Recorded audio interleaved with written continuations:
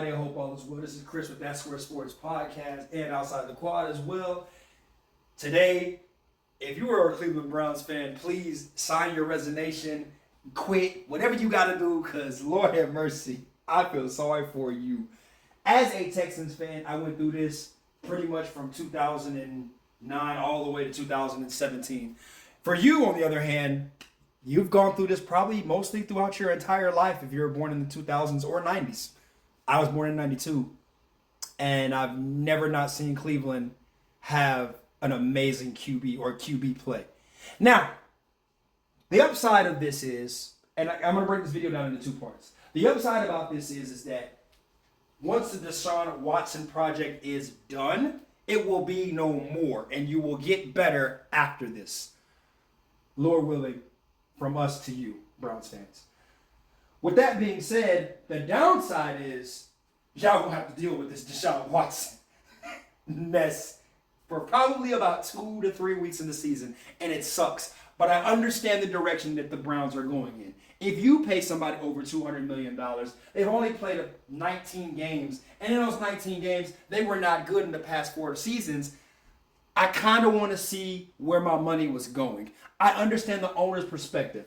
I understand the financial side of it, the GM side of it, X, Y, and Z. Why can't we just trade Deshaun? He's too much money. Why can't we just release Deshaun? He's too much money.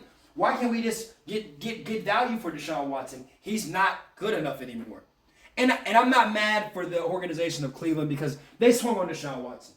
And if you were telling me in that time frame when that trade took place, you would have done the same thing too. And I know it sounds crazy, but you would have definitely given up 3 first-rounders and a couple of pieces just to get Deshaun Watson to come on your organization and your team. Anybody would have done it. Matter of fact, let's be real. Carolina was in the picture. The Niners were in the picture at the time. Then they ended up getting Trey Lance.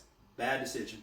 But I'm just saying, they weren't the only ones that were willing to take a risk on Deshaun Watson. Now, the sad part about Deshaun Watson is that I remember him as a Texan because I was a Texans fan.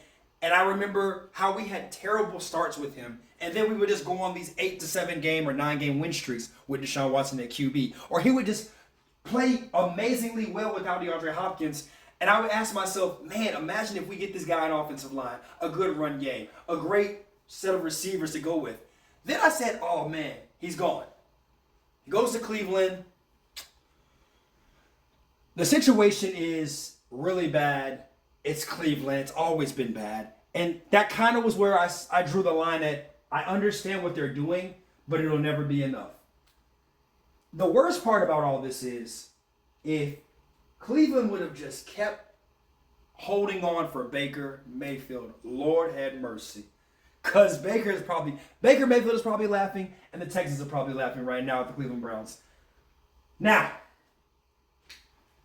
I said I was going to talk a little bit about the good side. Here's the upside about this. And then there's also still some more bad as well, too. But the upside is, if Deshaun Watson comes out of the shell of who he is and can be that player again, oh my gosh.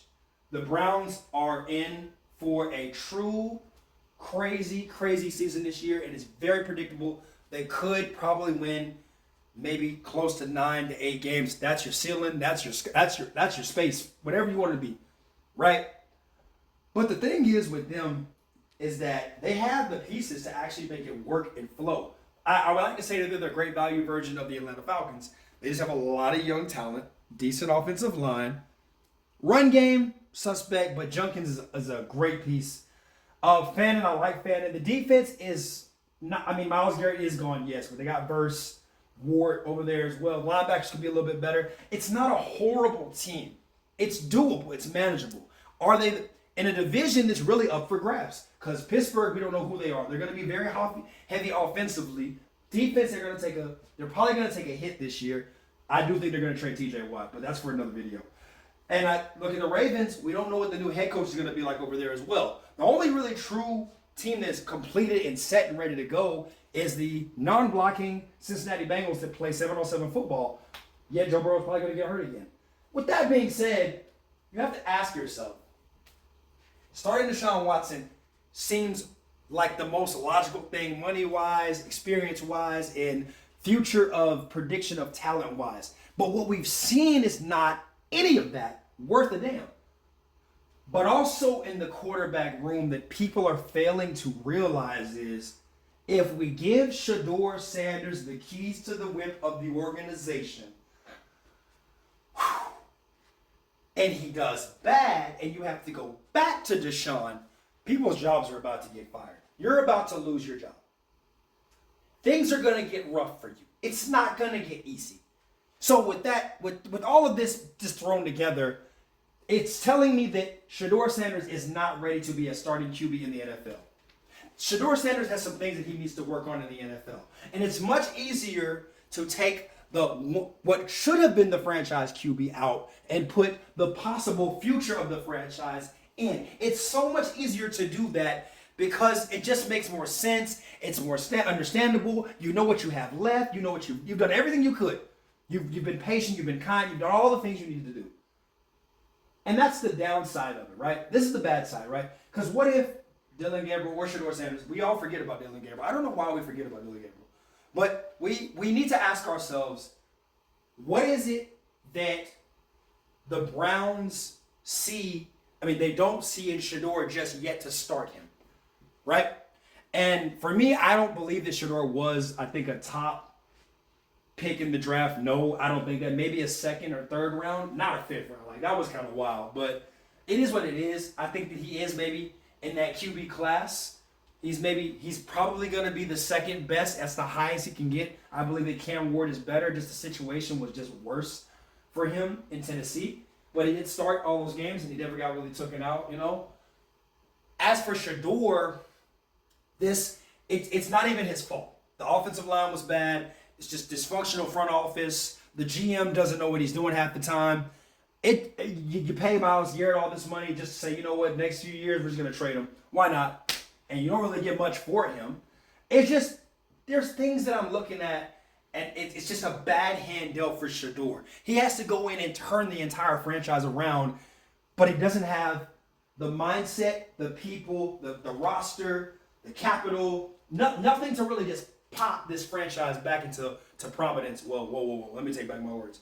The Browns ain't never been prominence football. We talking probably like civil rights segregation days when they was good. Jim Brown days.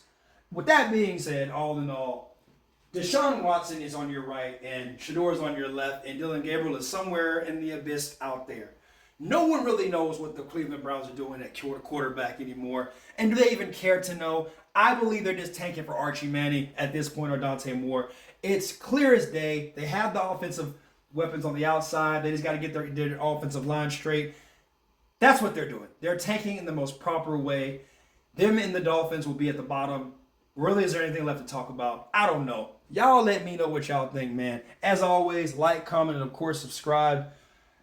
I'm out. Peace.